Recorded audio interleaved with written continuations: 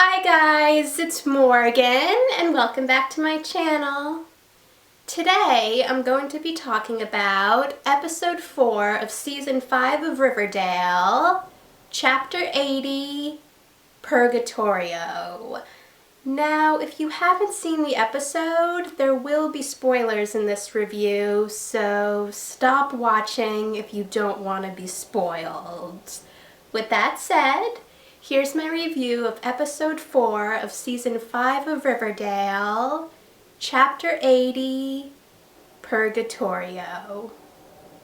When the episode started, it was pretty obvious that it was Archie's dream, because if that was during an actual war, it would have been a pretty interesting war, since Archie was giving a pep talk to everyone in the locker room. The war was taking place on the football field. Archie saw his friends, and Hiram pointed a gun at Archie. Now, I've never been in a war, but I'm pretty sure that stuff doesn't typically happen.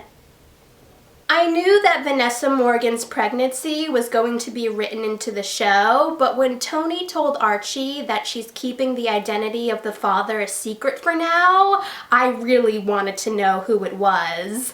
And since it's a secret, it's clear that it's going to be a surprise twist. I'm also really happy that Tony's a bigger character this season. Vanessa deserves it. After the killers that Betty caught while she was in high school, it makes sense that she would join the FBI. But when it was revealed that Betty had been held captive by a serial killer called the Trash Bag Killer, it made me curious to learn more about that. And even though Betty's boyfriend Glenn seems nice, I wasn't really happy when they kissed, since I love Betty with Jughead. But it didn't really seem like Betty was very into her relationship with Glenn. I already knew that Veronica was going to be married in the time jump, but when I saw Chadwick, it was clear that Veronica did love him and he loved her, but he also reminded me of Hiram, and considering the way Hiram is, I don't like that Veronica is married to someone similar to him.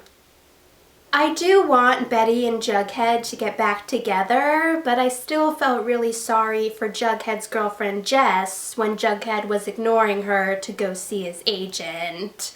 I didn't blame Jess for leaving Jughead, and it seemed like Jughead was upset about it at first, but then he brought Cora, the fan of his book, back to his apartment, so he didn't stay upset for long. Jughead has definitely changed in 7 years, but I'm also concerned about him since Cora blackmailed him to read her manuscript and send it to his agent, and if she doesn't hear from him, she's going to call the debt collectors, who looked more like loan sharks. I was really sad about all the couples that had broken up in the previous episode, so I was really happy to see that Kevin and Fangs had stayed together all these years. But it was also sad that Cheryl wouldn't get back together with Tony because she thinks her family's cursed, even though it's clear she still loves Tony, so I hope that changes soon. I'm also curious to find out what's going on with Nana Rose wanting Cheryl to copy paintings. And I was also surprised to find out that Reggie is now working for Hiram.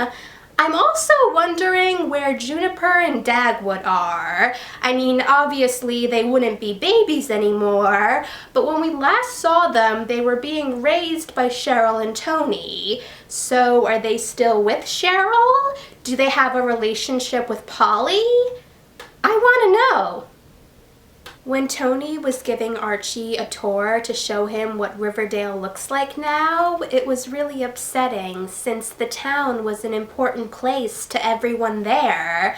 So I can't wait to see Archie, Tony, Betty, Veronica, and Jughead find a way to make Riverdale the way it was again. Unfortunately, based on the end of the episode, that includes Another killer.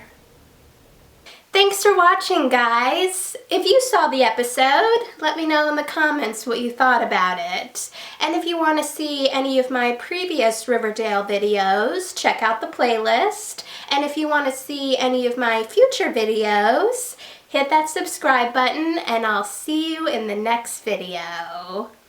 Bye.